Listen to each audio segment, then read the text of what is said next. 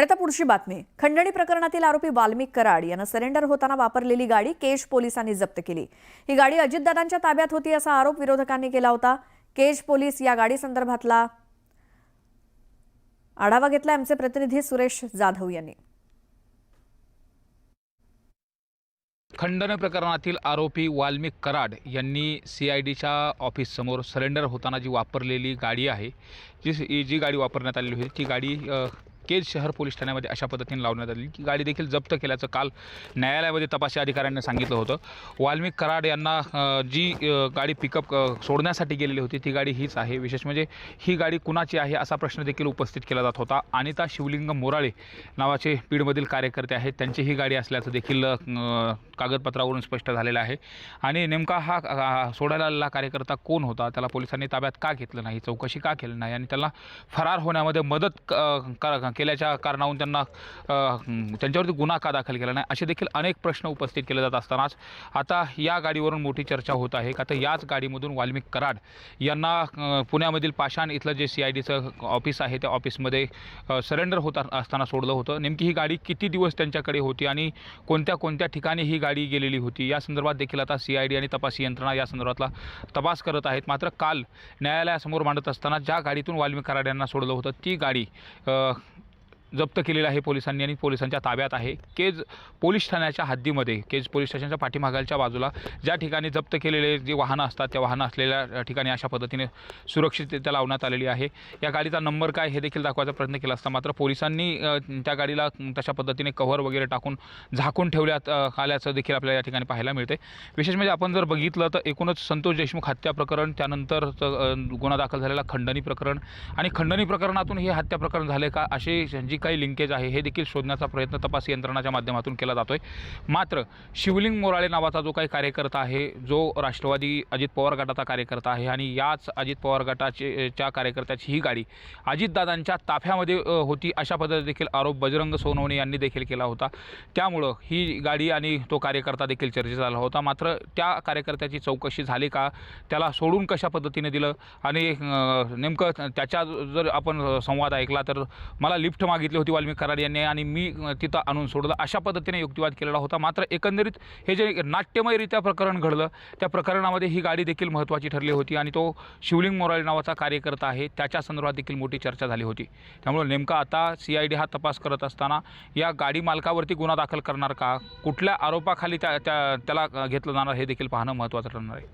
Cameraman Prakash Jadhav सोबत Suresh Jadhav, news 18 Lokmat, Beed. आता भाजप आमदार सुरेश धस यांनी चंद्रशेखर बावनकुळे यांची भेट घेतली. दोघांमध्ये बीड प्रकरणावरती चर्चा झाल्याची माहिती मिळाली. बीड प्रकरणामध्ये आमदार सुरेश धस हे वारंवार धनंजय मुंडेंच्या राजीनाम्याची मागणी करतायत. याच पार्श्वभूमीवर दोघांमध्ये काय चर्चा झाली याला आता मोठं महत्त्व आलंय. आज रात्री 8 वाजता आमदार सुरेश धस हे देशमुख कुटुंबाची मुख्यमंत्री देवेंद्र फडणवीस यांच्याशी भेट घालून देणार आहेत आणि यावेळी धस आणि मुख्यमंत्री यांची देखील भेट होईल.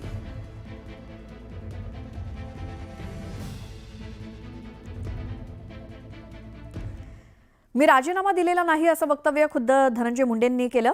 त्यामुळे आता राजीनाम्याच्या चर्चांवरती स्वतः भाष्य केल्यामुळे धनंजय मुंडेंच्या राजीनाम्याच्या चर्चांना पूर्णविराम लागलाय.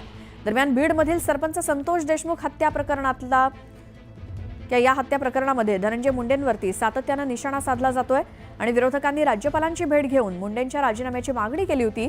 मात्र या प्रकरणात आता धनंजय मुंडेंनी राजीनामा दिल्याची चर्चा काल रंगली होती. तसंच धनंजय मुंडेंच्या राजीनाम्याबाबतचा निर्णय अजित पवारांनी राखून ठेवला असल्याचं सूत्रांच्या कडून समजलंय.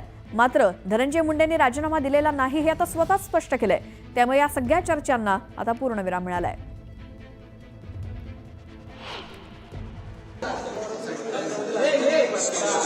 काहीही राजीनामा वगैरे दिलेला नाही.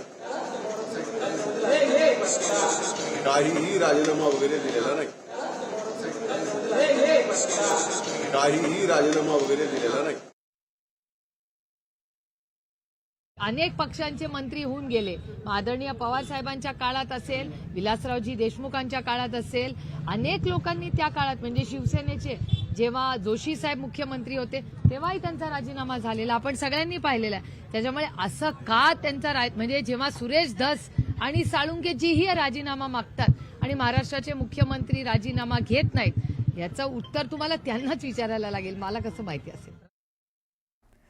तर संतोष देशमुख हत्या प्रकरणामध्ये एसआयटी चौकशी करा असं पहिलं पत्र मी दिल्याचं भाजपच्या मंत्री पंकजा मुंडे यांनी म्हटलं.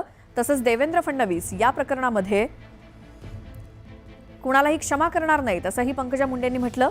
मोठ्या लोकांवरती बोलत नाही असं म्हणत पंकजा मुंडेंनी भाजप आमदार सुरेश धस यांना टोला लगावला. हे पहा, मी माझ्या छोटी जी माझी लेवल आहे त्या लेवलच्या विषयांना हाताळते. फार काही माझ्यापेक्षा मोठ्या अभ्यास असणाऱ्या लोकांच्या विषयांवर मी काही उत्तर देऊ शकत नाही. पण मी एवढं सांगेन की महाराष्ट्रामध्ये पहिल्यांदा मुख्यमंत्र्यांना जे पत्र लिहिलं एसआयटी लावण्याचं ते मी लिहिलं, मी ते तुम्हाला कॉपी देऊ शकते. त्याचबरोबर मी जिथे जिथे आवश्यक आहे तिथे तिथे व्यक्त झाले. मी व्यक्त होण्याचं कारण न होण्याचं काय कारण आहे? माझ्या जिल्ह्यामध्ये एका तरुणाची निर्घृण हत्या झालेली आहे आणि त्या ठिकाणी मी व्यक्त झाले. त्यावेळी एसआयटी लावावी अशी मागणी केली. तर बीड जिल्ह्यातील मस्साजोगचे सरपंच संतोष देशमुख हत्या प्रकरणावरनं राज्यातलं राजकीय वातावरण तापलं. यातच आता संतोष देशमुख यांचे कुटुंबीय आज मुख्यमंत्री देवेंद्र फडणवीसांची भेट घेणार आहेत. तर संतोष देशमुख यांचे कुटुंबीय मुंबईमध्ये मुख्यमंत्र्यांची भेट घेणार आहेत. संतोष देशमुख हत्या प्रकरणाचा तपास सीआयडी आणि एसआयटी कडून सुरू आहे. दरम्यान मस्साजोग प्रकरणावरून गेल्या काही दिवसांपासून सुरू असलेले आरोप प्रत्यारोप अजूनही सुरूच आहेत.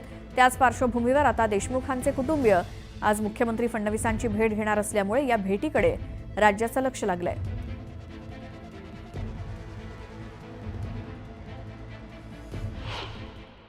खरंच वाईट आहे की दुर्दैव आहे की संतोष देशमुखांचं कुटुंब हे मुख्यमंत्र्यांना भेटायला जाणं आणि न्याय मिळवून देण्यासाठी विनंती करणं हे काय बरोबर नाही.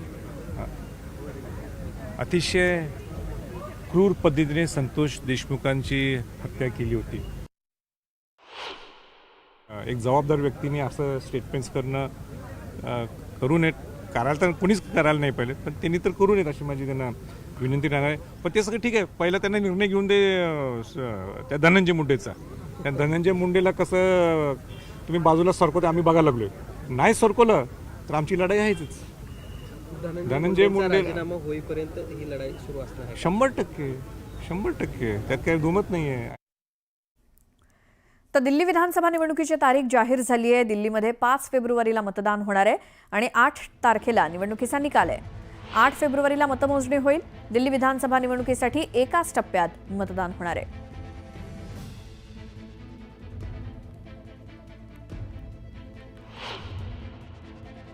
Date of notification will be 10th of January, Friday. Last date of making nomination will be 17th of January. Scrutiny on 18th of January. Withdrawal 20th. These are the statutory periods of time which is given. Date of poll is 5th and counting is 8th, and 5th again we have very deliberately kept Wednesday. क्योंकि हम सोचते हैं सब दिल्ली वाले vote करें, इसलिए इस बार भी महाराष्ट्र की तरह हमने इसको वेडनेसडे में रखा है. तर निवडणूक आयुक्त राजीव कुमार यांनी महाराष्ट्र विधानसभा निवडणुकीनंतर जे काही आरोप झाले त्यावरती उत्तर दिलं. ईव्हीएम हॅक होऊ शकतं का किंवा बॅटरी असे वेगवेगळे आरोप झाले, पण ईव्हीएम कधी हॅक होऊ शकत नाही. ईव्हीएम छेडछाडीचा आरोप हा निराधार आहे. ईव्हीएममध्ये व्हायरस किंवा बग नाही. ईव्हीएम फुलप्रूफ डिव्हाइस आहे असं निवडणूक आयुक्त राजीव कुमार यांनी म्हटलं. त्यांनी विरोधकांचे आरोप खोडून काढले. मैंने पिछली बार भी एक किताब आपको दिखाई थी जो हमने बनाई है, वेबसाइट पे डाली है. आज फिर दिखाता हूं. माननीय हाई कोर्ट और सुप्रीम कोर्ट ने क्या कहा है. उन्होंने कहा है कि ईवीएम हैक हो ही नहीं सकती. There is no evidence of unreliability और any drawback in the EVM. I am circulating it. Please see the details. Details are there in the court orders. Court orders are here compiled. They are on our website. There is no question of introducing virus or bug in the EVM. There is no question of invalid votes in the EVM. No rigging is possible. High Court and Supreme Court is saying continuously in different judgments which are here. No alteration in results is possible by activating a Trojan horse or a virus.